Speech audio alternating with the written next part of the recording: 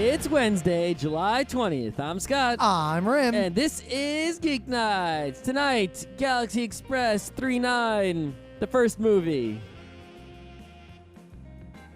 Let's do this. So we did a show about nothing last week, and I remember the impetus for that was not Seinfeld. It was that I thought, oh, I know, I'll read a dirty limerick, and then I'll just go from there with random stuff. And then I forgot about the limerick, and we just talked about actually nothing for, an hour?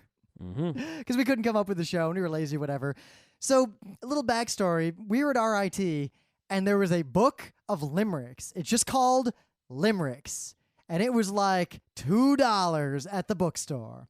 So we were like, oh, yeah, we'll buy this. Turns out, it wasn't just limericks. It was primarily dirty limericks, or at least supposedly.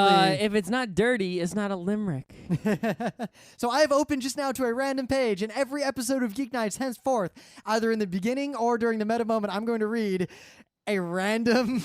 Oh, my God. I'm sure this is really going to increase the quality of the show. Oh, my God. So, this is number 365. Welcome, new listeners. While fucking one night, Dr. Zuck, his wife's nipples in his ears stuck, then his thumb up her bum, he could hear himself come, thus inventing the radio fuck. That was written in 1949. I like how his name is conveniently Dr. Zuck. Huh, funny how it always works out that way. Yeah. This was really spawned and by there's many people from Nantucket as well. Yeah, because a lot of them have buckets. You know what they like. Yeah. If you're gonna actually do this, we're gonna meet a lot of these people. So, new listeners, I'm sorry. It had to be done. It's Wednesday. What can I say? You're getting your money's worth out of that discount rack.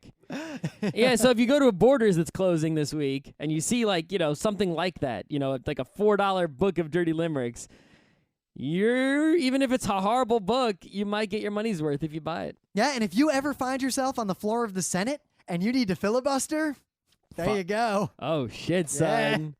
You know what? Maybe that's what we should do, is we should send it to a congressman. If only Anthony Weiner had not fucked up.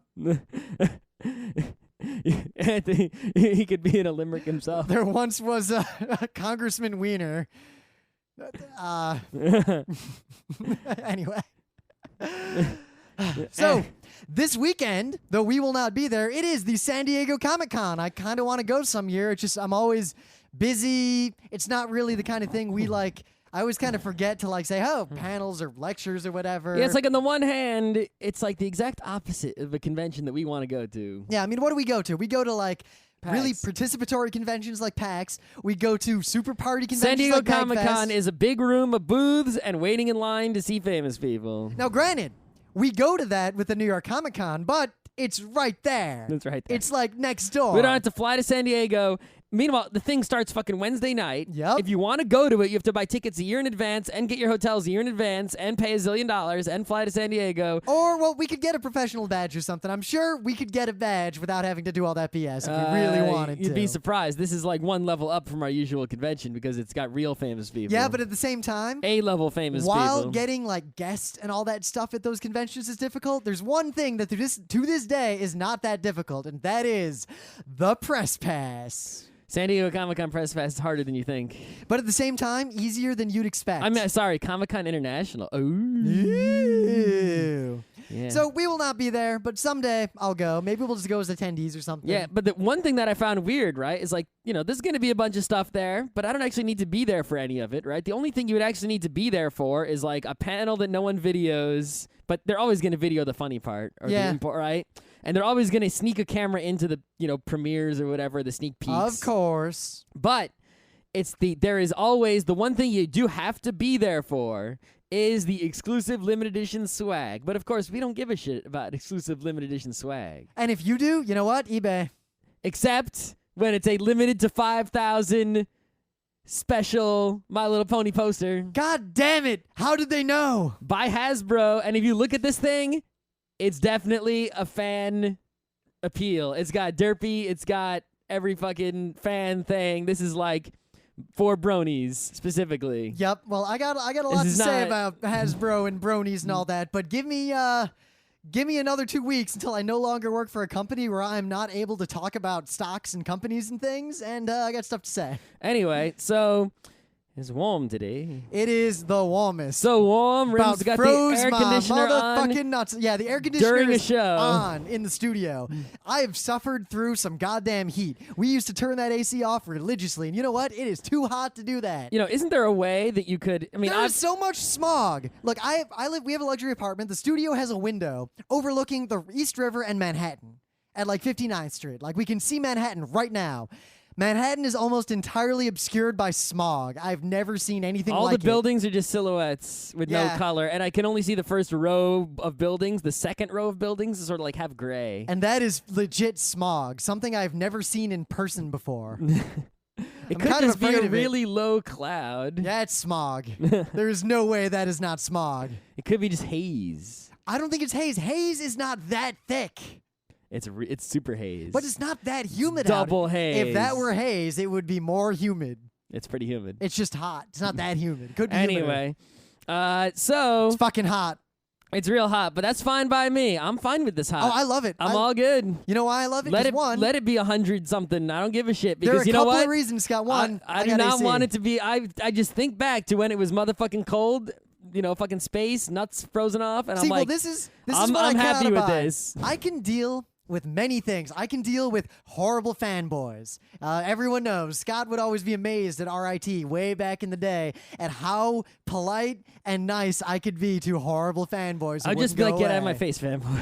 I can abide a lot of BS from people, but I cannot abide someone who complains that it's too cold in the winter and complains that it's too hot in the summer. You get to complain about one season. That's right. That is all you get to complain about. If you complain about both, because what these people, let me be these stupid people. They want it to be 74 degrees and boring everywhere. They're like, oh, you know, I like the weather when it's kind of warm, but not too warm, but not too cold. I like it to be 65, 70 degrees. I think they're the same people who, when they order food at a restaurant, want something very particular, like, can you replace my rice with this? And I'd rather have this, and I want it cooked exactly like this. Yeah, shut the fuck up. When I go to an Indian place or something, I'm just like, yeah, that. Exactly. And if they bring me the wrong thing, I won't even notice. I mean, if you're crazy rich and you know the people there, you can do cool things like ordering off menu. Yeah, that's right. But I have feelings about that because I just watched Get Shorty again because Emily had never seen it, and it'd been a while since I saw it. Remember when Martin Weir? I never saw it. Really? I would have sworn we watched. All right, you should watch it. It's in Netflix streaming. All right. It's hilarious, and it's John Travolta playing John Travolta. It's kind of like a fanfic about John Travolta. All right, but anyway. The point is, don't be complaining about hot and cold weather, otherwise you suck. And B, don't be being weird at restaurants. Just fucking pick something on the menu. Don't be all asking what's in this, what's in that. It wouldn't be on the menu if it wasn't exceptions. good. Here are legitimate you exceptions. You have an allergy. You have an allergy. You have celiac disease. It is okay to be like, is there gluten in this? Celiac disease this? is an allergy. No, it's an autoimmune thing. It's distinct from allergies. It's the same Read idea. Wikipedia. You have a food problem. Because celiac, if you have a food allergy and you eat a food that you're allergic to, throat swells up and shit. Hives. Celiac doesn't have any of that thing. Instead, it's just an autoimmune like attack in the gut. Well, I mean, you know, hives is an autoimmune attack in the skin. But they're distinct. An EpiPen's not going to help you with celiac. Oh, that's okay. Yeah, I guess not. Yeah, anyway. Yeah. I'm sure Nuri's going to be like, you guys are both wrong. Whatever. So my news is that it's warm. And here at the NOAA, the National Oceanographic... You don't know, do you? Something American Atmospheric Administration. That's it. That sounds like an organization that administers the atmosphere. If you don't know about the NOAA, it is paid for with federal tax money. And there are people who are against it on the grounds that it's unfair competition with, like, the Weather Channel. Except the Weather Channel gets their weather from the NOAA. In fact, almost everyone who reports on weather just gets it from the NOAA. So every weather you watch is just taking the weather from the NOAA and then reporting it, except for Weather Underground, which has citizen weather stations. Anyway, you should get your weather from there because you're paying for it. And they have the best weathers, and it's free. And they made this little video of the heat wave, and it shows you day by day where the heat wave at. It basically looks like full Texas 1080p. Like Texas caught on fire, and that fire spread. Yeah, it's like a 1080p video of the heat wave from July 13th through tomorrow. But It I'm was sure 105 degrees in the 7 tunnel under Grand Central today. I heard there was somewhere that it was 117, like in Minneapolis or something, and that at a particular time, it was the hottest and humidest place on Earth. The hottest weather I've I ever guess short been in. of a volcano. I have been in 106-degree heat. That is the hottest outdoor temperature I've ever experienced. I don't know what the hottest I've been in is. Maybe it was hotter one day and I didn't know, but yeah, it's hot. We can't stop talking about it because it's just so hot. But it's good. It's great. I'll take it. So anyway, SDCC this weekend, we won't be there. Otakon I'm next sure there'll be a weekend. zillion newses for next Wednesday show. I know. Though. We will also not be at Otakon, so I'll just say this: we have no bad blood for Otakon, but they do not like us so much. Oh well. So if you want us to go to Otakon, just tell Otakon that you want us to do our stuff at Otakon. We'll do it if they ask us. Yep. But that aside, you probably should be going to Otakon even if we're not there, because as we've said, Makoto Shinkai is going to be there. If you don't know who Makoto Shinkai is, you need to watch all his movies and such. Basically, just watch him in order. He is the guy who made an anime called Hoshi no Koe. Voices of a Distant Star. In his basement with his wife. They voiced it, then they got it revoiced, but later. And it is like, 5-10 minutes? It's short, but it's amazing. I defy, other than people who really fight it or who aren't human, you're going to cry. You're going to fucking cry. But he pretty much draws clouds and movies and, short animations about sad people in relationships separated by space and time. Yep, space and time, drama sad, longing, distant love. Right, that's all he makes. But clouds going by. There's nothing wrong with being a one-trick pony if you're awesome at that trick and it's not a trick anyone else has done and such and such. So he also made a full-length movie. The Place Promised in Our Early Days, which I really like Hoshi no Koe, but I like Place Promised more. I know you disagree, but that scene, The Place Promised in Our Early Days has some of the most beautiful skyscapes I've ever seen. Well, yeah, because he draws clouds, and that's it has that trick. awesome plane with the 2 propellers. Yep. And it has either the saddest happy ending or the happiest sad ending I've ever seen. It does have a terrible secret to space. It does. Typical from animes, the mysterious tower in the distance. Yep. He did 5 centimeters per second, which is just a TV series of lovers separated by space and time. And what's the new thing called? It is called Hoshi Ou Kodomo. Mm-hmm. But anyway, it's a new thing he made. It's going to be screened at Otakon, premiered, with no subtitles. Children who chase lost voices from deep below. I'm sure it will be stunning. Yep. I'm pretty sure that there's a picture. Even if you don't understand what's going on. There is a picture, probably a movie poster, in the article I'm going to link to. And, yeah, I want to see that. Please videotape his panel. Oh, my God. If we were at Otakon with Emily, she would just translate the whole thing for us while we were sitting there. That's true, but please videotape the panel so I can see it. Yes, and don't if you videotape the are movie because Otakon will kick your ass out. I can wait for that to be on DVD or internet. If you are at Otakon, go to the Q&A. People don't go to the guest panels. They do. They just go to AnimeCon. voice actors and other stupid shit. They don't go to the Japanese people who came all the way from halfway around the world to see you, and only 10 people show up. And simultaneously, the anime cons don't do anything about this. They don't try. I mean, the New York Anime Festival did try. When they got Mr. Gundam, they were like, holy shit, we got Mr. Gundam. And then they fucked up. Well, yeah, they fucked up the translator, but that room was packed. It was indeed. And I think more people went to see him at that New York Comic-Con Anime Festival just because they pumped him up than anyone has ever seen anyone who was Japanese at any other anime con ever. Quite possibly. Except maybe Yoko Kanno. Maybe. I don't know. Which was at Otakon a long But time that was ago. a concert. A concert doesn't count. We're talking about a panel, not a Yeah, concert. concerts are different because To hear someone talk versus to hear someone see someone perform. Yeah, just one of my saddest memories is going to the Anime Central, or not Anime Central, Anime Next, and just randomly walking into a big, gigantic panel room, and there's only a few people sitting around, and up front, we're like, is that Rentaro? It was. Oh my God. The director of the movie we'll discuss today. Yes.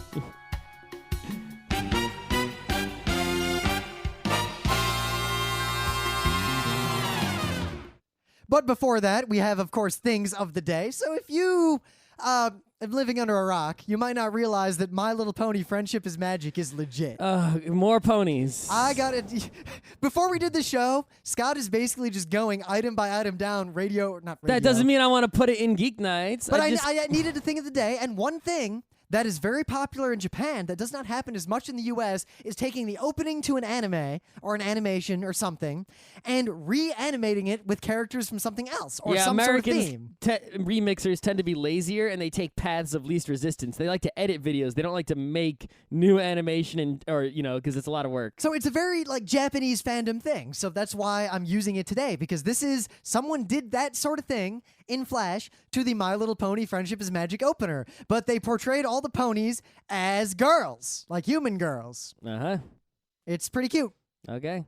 So, when it comes to webcomics, right, there's a bunch of different categories of webcomics, I sort of realized, right? There's the pure webcomic. It was a webcomic. It always will be a webcomic. Like, say, a Penny Arcade or a Dr. McNinja, right? Or something like that. Or Boasis, right? Then there's it's a newspaper comic, but you can read it on the web, which is all of the newspaper comics. But then there's sort of it's a comic book, but it's a web comic at the same time, right? So one of those was Freak Angels, which I was reading, right? So I just started reading that. Oh, well, it's almost done. Oh, it's good. It's going to be done in like a chapter, and they're going to print the final trade. I think it's going to be 7-ish volumes. I should just buy the trade then. 7 of them. But yeah, so Freak Angels, because it was pure. Mechanically, it was a web comic, right? It was, put on the web first, collected into trades. There were never any issues, but it was written by Warren Ellis, a professional comic book writer, right? He was someone who comes from comic book land. So that's like saying if Alan Moore just, started writing a web comic, and it happened to be that every page of the web comic was the same shape as a real normal comic book store comic, which is and a they tricky collected art, it into though, trades. Because with a webcomic, if you post just one page, you have to scroll a little bit. Imagine reading Spider-Man one page every few days. Yeah, but it's made by someone who comes from the real quote real comic world, right? So anyway, Freak Angels is ending, so I needed some new comic to replace it. It's not done yet. I think Freak Angels might have another few chapters or whatever, but. So I needed a comic to replace it, and I found one in the same category. Not Ogloff? Not Ogloff, but I probably will add Ogloff. You should add Ogloff. So there is a new comic, and it comes out every Monday and Thursday, and it's Steampunk Pirates, which is really cliche. It's Lady Sabre and Pirates of the Ineffable Aether, spelled Aether, right? So that's sort of like, all right.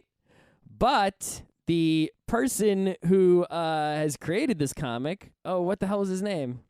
Is a comic creator that I much enjoy, and his name is not on the front page. Why did he not put? Unprepared! Unprepared! I'm not going to turn this off. It's dead air. There's going to be dead air, Scott. Who's the author? I fucking know his name, but he didn't put it on his own thing. He's the guy who did Whiteout, and he did Gotham Central. Yep. And he did... Oh, Greg Rucka. Jesus Christ. He didn't put his fucking name on his own fucking comic. Moron. What the hell? But anyway. Yeah. So he wrote all those great comics that I like and bought all of. So now he's writing a webcomic. So I'm like, well, even though this is cliche steampunk pirate ladies, and there's only 3 pages so far, so I don't even know if it's good or bad yet. Greg Rucka has been nothing but win in all the real comics he's written that I've read. Oh, Queen and Country. Yeah, pretty much Queen and Country, Gotham Central, and Whiteout are like his big winners. So I like all those. They're all great. So I'm going to trust him on this one too. Yep. So, in the meta moment, the next convention we will be at is, of course, the Penny Arcade Expo. Oh, shit. We'll be doing stuff at it. Stay tuned for that. We will probably, like we did at PAX East, video it and put it online. Shortly after that, New York Comic-Con. New York Comic-Con, New York Anime Festival. We will be doing stuff at that, too. I would also like to remind you of the worst webcomic contest. Yes, submit to us the worst webcomic. There is a thread in the forum, and also if you go to frontrecruit.com and click news, you'll see a news article linking you to a form to fill out to nominate the worst webcomics. Now, one thing very important. When it comes to a contest like this, much like our somewhat it's going to be a completely subjective contest. Our slightly infamous worst podcast contest, which Anime Pulse won pretty handily. What did they? I forget who won. Anime Pulse won. Okay.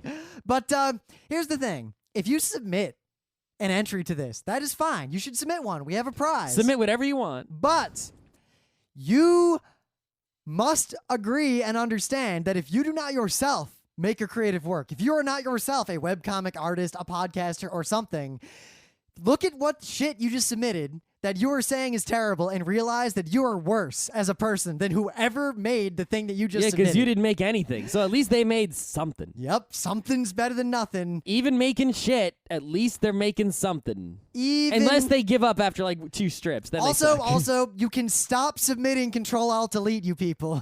We've got it. We got that one. The first person who submitted it in the will case win. of a duplicate submission, because there's quite a few others, winning, the one that was submitted earliest or has like the best, I guess, we'll subjectively decide who amongst the nominators. The only thing that's been submitted more than once is Control-Alt-Delete. There are other things submitted more than once. Really? Yes. Because I haven't looked at it recently. Anyway.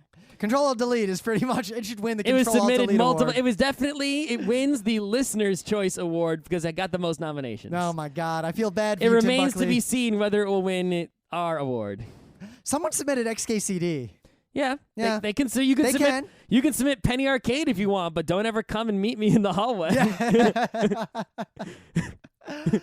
Also, the book club, we'll just say this now, is its own show now, a separate feed and everything. So stay tuned for that appearing. And hopefully once a month we'll be doing those. The last book club book was Foundation, Asimov, Sci-Fi. We will talk about that. Yep. And that's it for now. In about 6 months and then another month, we'll be PAX East. Yep. We'll be at that. After that is New York Comic Con at some point, October, I think.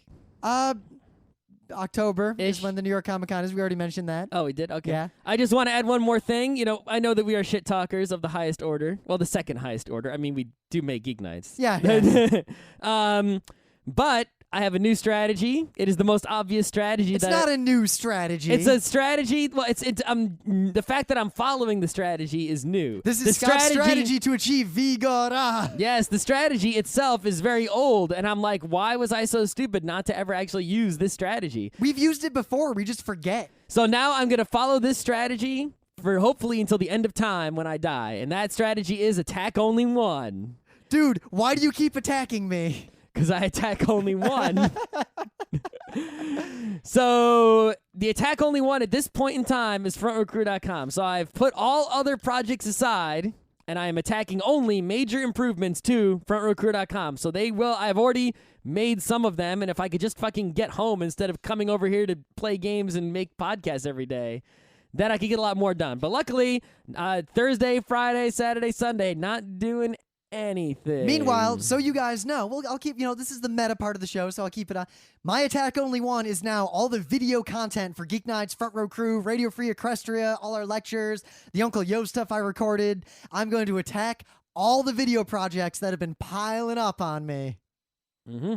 That doesn't sound like attacking only one. Well, one at a time in that. I'm attacking that, and inside of that, I'm going to finish Game Mechanics and Mechanism Design, get that online, then How to Win at Games, then Uncle Yo, then Radio Free Equestria, then all the other videos I've got. Mm-hmm. Yeah. I'm sure that's just riveting to all you listeners. It is. I think there's one more thing I want to say. August 6th, 13th, and 20th. Huh, 3 days that mean nothing to me. On those 3 days, the New York City Department of Transportation will be having a program known as Summer Streets. From 7 a.m. to 1 p.m., so that's a full 8, 9, 10, 11, 12, 6 hours, right? On those 3 days, Park Avenue will be closed from 70-something Street to the Brooklyn Bridge.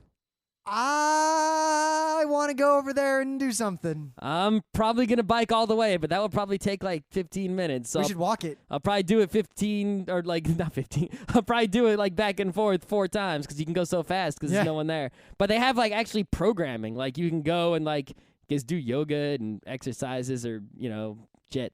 And there's police everywhere. Huh. I wonder, see, we could say, we'll do a meetup. We'll say when we're going to be there. But usually when we do meetups, it's because we have a table and we're going to play some board games. Yeah, this is going to be moving. See, what I'm really wondering is, on Park Avenue is a little tunnel. Yep. Right in front of Grand Central. Can we go into the tunnel? Can we go in the tunnel? Because there won't be cars in there. I really want that to be. So will it? But the thing is, it's so dangerous.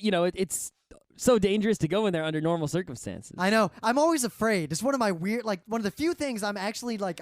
And like, if you go near that tunnel, it has all these signs like, "Don't go the fuck in here unless you're a car. Stay the fuck out unless you're a car." I'm always kind of nervous that if when you're I'm a bike, biking, don't even go near this thing. I'm always nervous when I'm biking that I'll just like be stupid and not pay attention and go right into one of those tunnels. The UN tunnel is the worst. Yep. You really don't want to go in that one. One time I went through that tunnel through Central Park.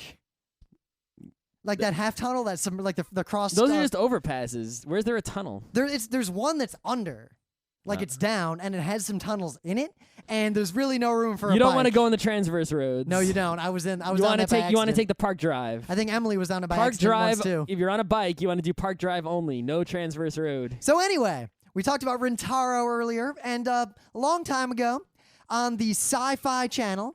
You know, this is one of the things that got us into anime. Yep. They showed, I was watching, I'd only seen, a few animes, and I didn't really, I kind of knew, like, Akira was this cool anime, but I hadn't seen it quite yet. And Yep. I watched Voltron when I was a kid, and I sort of knew it was Japanese-ish, right? But it was sort of like, But I watched the whole week on Sci-Fi Channel of Godzilla movies. So I had gotten used to watching TV at that time slot. The next week, I sit down at the same time slot on Monday, and it was anime week in the same time slot. And they showed the first night was Fatal Fury and Galaxy Express 39, and the second night was Adieu, Galaxy Express 39, and I think something else. I don't know if it was Maybe the same Fatal Fury one, 2. but I know Galaxy Express 39 was shown, and so was Urusei Yatsura 2, Beautiful Dreamer. I never saw that on Sci-Fi remember Channel. that I saw the very end of Galaxy Express, and all I remember thinking was, so what? It's a train in space? Yeah, but of all those, right? So do I remember Fatal Fury? Fuck no, right? But Galaxy Express, I fucking remember that shit, right? That was like the first anime that I saw that was like, whoa. Well, there's something about that, like that kind of thing. Like when I first saw Vampire Hunter D, like it was epic just like space adventure. Like, what's this? Hardcore vampire guy? But like, no, none of the tropes of anime were known to me, or the history of anime. So imagine seeing, a Galaxy Express. Like, it's so different from anything you'd see in America. Because it's so epic and melodramatic that, that was the thing. I saw animes before it, kinda, sorta, but that was the first anime that was like, whoa, I need to see everything that is like this that exists in the world. So you, relatively recently, in the last year or two, watched all of the TV show. Well, yeah, I pretty much, I saw more Leiji Matsumoto works over the years, right? His properties, the Yamatos and the Captain Harlocks, Yep. right? But more recently, I set him on fire. I saw every episode of the Galaxy Express 39 TV show. I watched was working every on it. episode of the Captain Harlock TV show. I want to see all of the Queen Millennia TV show, but it's really hard to get episodes. At least it's hard to get all of them. You can get quite a few of them. I saw Space Symphony Maytel. I saw almost everything. Arcadia of my youth. I saw that a while I think ago. we reviewed that on Geeknights. Right. But just recently, as in within the past month, right, Discotech Media has finally, these people are awesome, by the way. Discotech is pretty much the best anime company in the U.S. right now. Right prices, good translations. Right prices, good translations, subtitles, high quality DVDs. Everything's good. You can buy a full season of Fist of the North Star from them for $30. They also put out awesome, movies like Attack the Gas Station and shit. I'm pretty sure they do that one. But they, those kinds of movies, if not that one in particular. Yep. All your awesome Asian cinema, Discotech. So they put out Galaxy Express 39 and the sequel movie, Adieu, Galaxy Express 39 on DVD. They just both came out. They're like $17, but it's totally worth it. And I've never seen them before in this higher resolution, with this high quality in audio, with the subtitles and the whole thing. It was way beautiful. Yes. For what it is. For something from 1979. So basically the deal is, for those of you who are not familiar with the Galaxy Express, right? There's a kid who lives on Earth. Earth has normal people, biological humans, and they suck because they die and they're basically all poor. But meanwhile, there are also robot humans, right? Anyone who has enough money goes and gets a machine body, like Ghost in the Shell, right? So why wouldn't you get a machine body? Machine bodies can live forever, and you don't get sick or anything. But what is the price of immortality? I don't know. That may be the message and moral of the might be, story. yeah, that might be what the show's about. The overarching point that there is. But regardless of that, so there's a poor kid named Tetsuro, right? And Hoshino Tetsuro. And he is, in the TV show, he's a potato head. In the movie, he has a much better character design. Instead, he has the butt nose. But it is less funny. He has a butt nose instead of a potato face. Yeah, sometimes. But I love how the flashback in the movie is back to the potato head. Yeah, that was pretty cool. It's like, as a kid, he was Phil Potato Head, but not later. That is, that is such a nod to the people watching the show. Right. That was just lost on me as a kid. So he was poor and walking around in the snow with his mom. Well, trying to get to the city with his mom. Right, and evil Count Mecha is basically a robot guy, a mechanical person, and he hunts biological humans for sport because he can do that sort of thing. So he freaking just blows Tetsuro's mom away with a laser rifle to have her mounted on his wall. And then, Tetsuro goes on a journey to get his revenge, and also he wants to get his own machine body because there's a planet far away where you can get a machine body for free, even if you're poor. All you have to do is get there. He wants to have a long life to make up for the short life of his parents. So that he wants to get to that planet. And the only way to get there is in the Galaxy Rail. Oh, I've also watched Galaxy Railways, all of it. Oh, yeah. I want to watch that. It looks really fun. It's okay. So Galaxy Railways is basically this intergalactic train service. It's like if the MTA went everywhere in the Milky Way and Andromeda galaxies and possibly other galaxies as well. Now, the interesting thing is the design of the Galaxy Express is nostalgic. It looks like an old steam train. Most of the Galaxy Railways trains look like fancy, I guess at least bullet trains, right? They would be futuristic for the 70s, the late 70s, early 80s. But, they look like bullet trains and all other fancy space trains. But the Galaxy Express is a high-tech train that looks like an old-fashioned steam train, right? And the reason it's a special train, because not only is it incredibly expensive to ride this train, but it goes express to Andromeda, which is a big deal because, most of the trains just go from solar system to solar system or planet to planet. There's like commuter trains that go from Saturn to Earth or whatever, like Titan to Mars. But this is a train that goes all the way to fucking Andromeda, which is another galaxy. You know how much space there is between galaxies? About over 200 episodes worth of planets. Well, yeah, it's like, so people question whether or not it's an express. And in the movie, it doesn't stop at that many planets. In the TV show, it stops at every planet. And I haven't read the manga. Well, how many planets are in between the stops that it just doesn't bother with? Right. The express part of the Galaxy Express is in between the Milky Way and Andromeda. It doesn't stop because there's nowhere to stop. That's the express part, right? There's no other train that's going to get you all the way to Andromeda. Now, we're not talking about the show, but the show is primarily just this kind of show where, episodic, the train lands on a planet, it's there for X hours or X days, Tetsuro fucks up and gets into trouble, and the planet has its existential crisis right at that moment. Yep. So imagine if take for example Cowboy Bebop, right? In Cowboy Bebop, there's some episodic episodes, and there's also plot episodes. But some of the non-plot episodes have a little bit of plot in them, like a tiny bit, right? Or they have some really important character development or something. Or something like that, right? But there are episodes that are purely episodic. Now imagine if Cowboy Bebop was hundreds of episodes long, like 130 something. Well, maybe 10, 20 of the episodes would have some bit of plot in them, and the rest would just be talking dinosaurs. Right, exactly. So Galaxy Express, the TV show, a lot of the episodes are just, they're self-contained. You don't need them. The movie is a compilation that only focuses on the main plot. Tetsuro getting his revenge, getting to the robot planet. What's the deal with Maytel? Why does she want to help Tetsuro? What's going on in the time castle? All that sort of stuff, right? Count Mecha is a bad guy. It concentrates solely on that plot and also brings Captain Harlock and Emeraldus and friends into it more so. Yep. Right? And it skips over a lot of the stop at a random planet and, learn a lesson about something unrelated. There's a more, It's always some sort of existential moral dilemma, like what is the meaning of fighting your own way or being a beggar or not listening to what Metalu told you to do. This is the planet made of bolts, right? All people do on this planet is make bolts, but there's an artist living on this planet. Oh, woe is this artist who is forced to make bolts but wants to make art. On this horrible planet. Yep. Or they can't afford to leave. This is the planet where everyone's immortal, but they miss funerals. So they fucking murder people so they have an excuse for funerals. Right. There's planets like that in the TV show. But the movie just concentrates on the planets that have something to do with the plot. So our review, if it wasn't obvious, we're just going to talk about the movie, and we'll avoid spoilers, though. We sort of already talked about the movie a lot. Yeah, but bear in mind that the movie, which spoils the end of the show, was aired in Japan, shown, before the series ended. Yeah, I'm not sure when the timing of the manga release, which I haven't read any of. But yes, the movie was released before the TV show was done. So you saw the ending of the TV show in the movie, if you were Japanese, before you saw the ending of the TV show.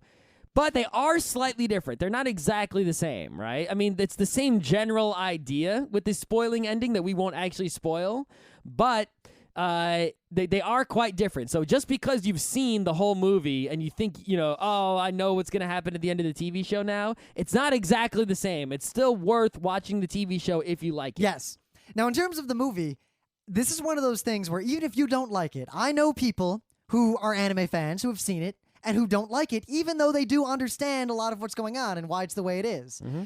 That's fine. But much like Citizen Kane, if you want to have an opinion on anime and say that you care about anime, you had better have seen this movie and at least know what the deal is. Yeah, it's like you don't have to watch the whole TV show, right? But if you haven't seen at least this first movie, not even the second one, just if you haven't seen this first movie, your opinion on anime really doesn't count. It's also interesting. Not because it's that, I'm not going to say, that it's the greatest movie ever. There are plenty of anime movies that are significantly better than this movie. Many Miyazaki movies, Satoshi Kon movies, Akira, Ghost in the Shell. There's plenty of I'd even say Summer Wars is better than this movie. But this movie is important. And it's still, just because there are many anime movies better than it, it is still great. Though it's interesting. And depending on when you watch it and in what atmosphere, it could have a profound impact on you. Oh, my God. When I watched it in high school, it had a profound impact. Much less impact now, but I still very much enjoy it. Well, I think the difference is that when I first saw it, I didn't know any of those characters were. That's true. So all those like side plots and the bird and Harlock and Emeraldus and everything, I got the impression that I should know. Like kind of like when I saw the first Tenchi movie as a kid. I didn't know who any of these people were, but the movie indicated to me that I should have known. Like they're a big deal. So I went into that movie just thinking like, oh, that must be an important person. Oh, I wonder what the deal is with that. And it got me really interested in the Matsumoto verse. Mm-hmm.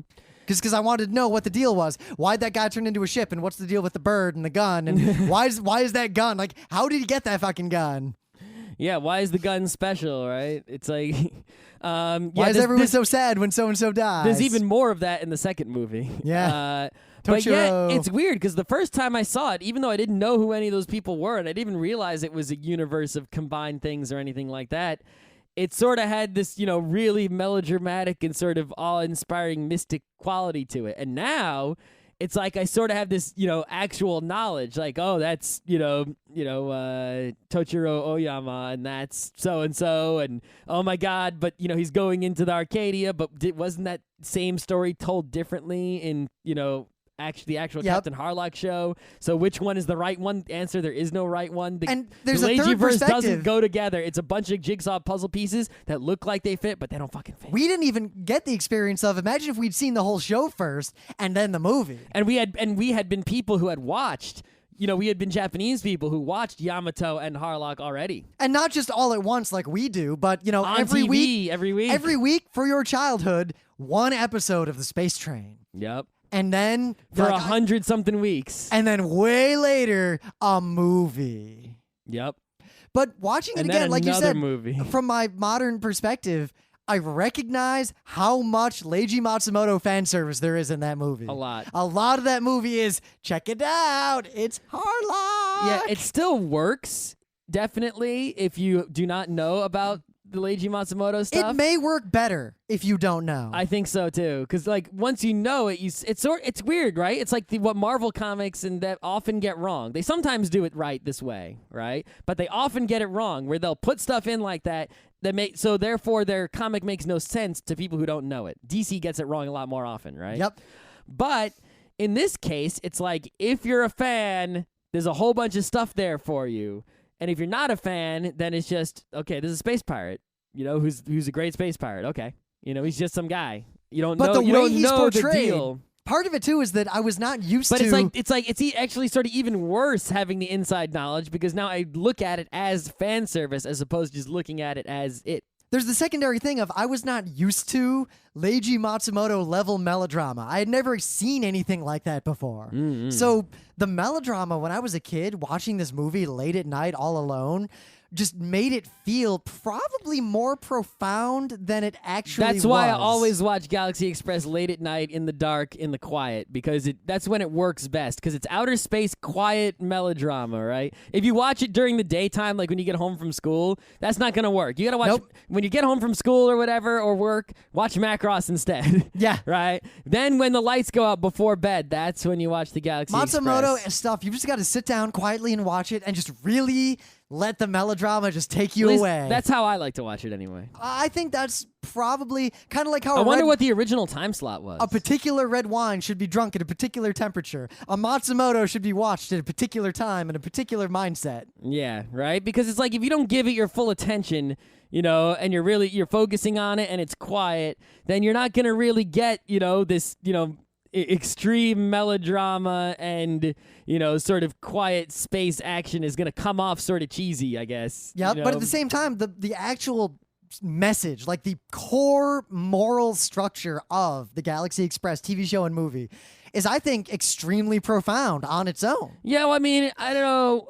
It is a strong and quality message, but I think what got me about it was that it's a message that is in so many sci-fis. You know, it's a combination of Miam play gods and, you know, token elf. Yep. At the same time, woe is us. Oh, the non-men. Yeah, right? It's like, you know, it was, even when I originally saw it, it was a message that I had seen already in multiple sci-fi works over and over again. But there's something so about seeing the it way it's presented. Of course, so seeing it again, it was like, oh man, there's that sci-fi message that I've seen in so many works that I really liked. I really like this one too. In fact, it gives me this message I've seen and heard before better than those other ones did. Well, because for all the melodrama, it's weird. Like, but when I first saw the movie as a kid, certain scenes felt much more profound to me than they are now. Yep. But at the same time, the message was actually, like, the core message was not presented directly and melodramatically throughout most of it. It was very subtle. You see people who die and people who live, and you realize toward the end how much more moved you are by the people who died after a long and fulfilling life, achieving their goals or failing at their goals. Yep. And how the people who live forever achieved more, but yet it felt more hollow. Yeah. There's also the fact, you know, you watch a lot of sci-fi things, right? Even Matsumoto ones, right? And they always have lots of space battles. It's always about the space battles, especially Yamato. It's like, you know, fire the wave motion cannon, badoo, right? But Galaxy Express doesn't have a lot of that. I mean, the TV show, there's space battles, but they don't go the same way Star Trek, Star Wars, or Yamato space battles do, right? It's either like the train is sitting there with shields on, hoping they won't die, or someone comes on the train and has like one gun, you know, or, you know, it's always... You know, sir, it's much more Western in its battle styling than space styling, right? It's like all the action is Western action, even though it's in space. Because it's all character driven. There's right? You know, it's like instead of, you know, if they're gonna fight on the train, it'll be like a train robbery where, you know, some bandits get on the train. Well, that's it. It's all character driven. The Matsumoto verse, if anything can be said to be consistent throughout, it's that a person fighting for what they believe directly with just guts and will and determination is more powerful than any force in the universe. Yeah, and it's like a lot of the planets they go to are Western in styling, and space pirates are basically also cowboys. Well, they fight under their own flags in the sea of shining stars. Yeah, of course. You know, it's just, and I mean, come on, Gun Frontier, right? It's basically, it's like Western in space, and it's like people were like, Cowboy Bebop was like Western kung fu movie in space. Like, yeah, well, this is from the late 70s, dude, and the early 80s, so it got beat. Got beat big time. I still like the movie, though. I'm glad I watched it again. I'm glad that I want to more watch people the who've second seen one it. again. I haven't seen the second one. Oh. Yeah. The second one is something special. Something special? Yeah, it's good, but, you know, But it's got stuff. yeah, stuff, I guess. I don't know how much I want to say about it. Yeah, we'll hold off. I want to hold off and do another episode. Yeah. I want to squeeze another episode out of it. I mean, we could go on and on about it. I mean, I guess we could spoiler line, but there's kind of one really important reveal. And that's pretty much it. And then that's it. The end is just kind of all the denouement to that. Yeah, it's pretty much all. The whole end is the spoiler. So it's pretty much like this. You can talk about the whole show right up until the end without spoiling anything. Yeah. There are some slight differences in the plot. I mean, usually when there's a compilation. Well, like in the TV show, Tetsuro takes a fucking gun, kicks in Count Mecha's door, murders him and everybody in his household, like right away. In episode 1. Yep. I remember at Kineticon way back, we had that room late at night, and we just had, we had to do something. So we watched it. We just watched that one episode, and a crowd of people late at night. We filled the room. There were like 50 people sitting there, and they were kind of like rowdy in the beginning. And once the show started, they were visibly moved by that scene because Tetsuro fucking kills that guy who done deserved it. So like in the TV show, in the very first episode, in the course of 20 minutes, Count Mecha kills Tetsuro's mom, and then Tetsuro goes and blows him away and all his friends, right? And gets his bloody revenge. Burns the mansion down. Yeah. And then he comes back to Mattel and he's like, all right, let's go. I'm done. Yep. I did it. So in the movie, in the TV show also, there's a multi-part episode about the Time Palace, which is a castle where there's a fake Captain Harlock who's making mischief. Distinct from the Brain Palace. Exactly. In the movie, right, there's still a Time Palace because, that was like a multi-part episode. Of course, you got to bring that in. But Count Mecha is in the Time Palace. So Tetsuro actually has to go on the train, get to Count Mecha, and get his bloody revenge like halfway through the movie, as opposed to at the end of the movie or at the very beginning. Count Mecha is whiny and pathetic to the end in both, though. Yeah, but the other thing is, most times when there's a compilation movie, a lot of times what you'll see, the general pattern I've seen is, they'll take the original TV show, they'll slice up the important parts and just squish them together and make a movie and maybe they'll animate a few new scenes, right? This is actually all original animation, different character design for Tetsuro, much, much higher quality animation than the TV show, completely different music from the TV show, right? It's a completely original animated movie. They just happen to take the major plot points, of a few planets from the TV show / manga and make those the story of the movie. So it's like they wrote the movie using pieces of the writing from the TV show, and that's pretty much it. Yet at the same time, it has all these, like, the whole Tochiro, like, side plot with getting the gun and everything is a good chunk of the movie. Yeah, they do. It's surprising, like, how much, because that is not in the TV show at all. That is in the Harlock TV show and other Matsumoto works, but they squeezed it into that Galaxy Express movie, I guess, to bring. Maybe that was a intentional thing. Well, to bring in more Harlock fans. That whole thing with his mom and his fate and what he Tojiro's fought for. mom. There's no way Tojiro's mom would have been alive at that.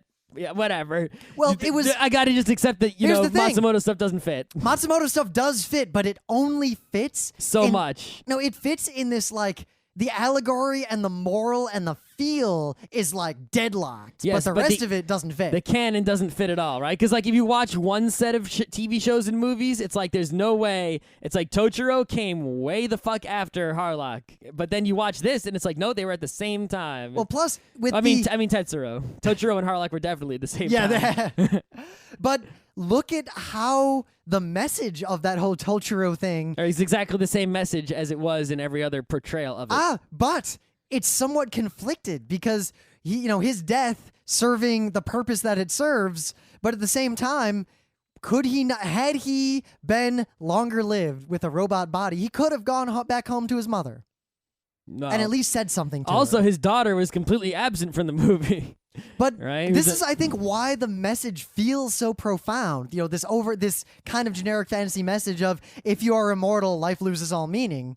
That in the Matsumoto-verse, oftentimes you see characters who really should have lived longer, and how everything would have been better had they been immortal. Well, then he didn't die. He uploaded himself into his spaceship, so it's like he didn't go for the robot body until he was already gonna die anyway. But at the same time, as opposed to just a lot of people just went for the robot body immediately. You get the impression that it was not a clean, like he is not still quite the same person. He can't go back home. He's basically part of a computer. He can't go back and say just anything to his mother. Can't resolve that whole situation. Well, he doesn't want to either. Yeah, but she wanted him to. No, that's But there's definitely this idea that the message is immortality bad, yet the show is very conflicted on even that point. And the movie is also somewhat conflicted on even that point. Which is the main point. The point is that it's conflicted, that you could go both ways. Yep. If I were meant well, no, I don't want to spoil the end, but I would do things differently, and I wouldn't mind being immortal. I might wait, though. Wait for what? To get the best possible robot body, first of all. Yeah, well, I think there are some good robot bodies one can get. Yeah, there are also some not so good ones. Yeah. So, I don't know what we can say. I mean, it's a fantastic movie. Even if you don't like it, it's one of the more important animated movies ever. And it's now easily available in high quality with subtitles for the first time. Do yourself a favor and just late at night, some night, just put in the DVD with a couple of friends, quietly watch it, maybe while sipping some wine. And if you like it, watch all the Matsumoto shit. No, if you like it, I've got good news all for the you. Yamatos and all the there's 100 and something episodes on Crunchyroll you can watch. If you like it, there is so much of it that you won't know what to do with yourself. But yeah, if you do like it, I highly recommend the TV show. Some episodes are better than others, which is what's going to happen with 100+ episodes. But if you like You'll notice how his it's worth potato it. head morphs over time and it gets more and more potatoey. The eyes get more and more derped until the very end when they underp all at once. Because they put all their effort into the final They're episodes. like, oh shit, the eye migrated too far. We got to put it back.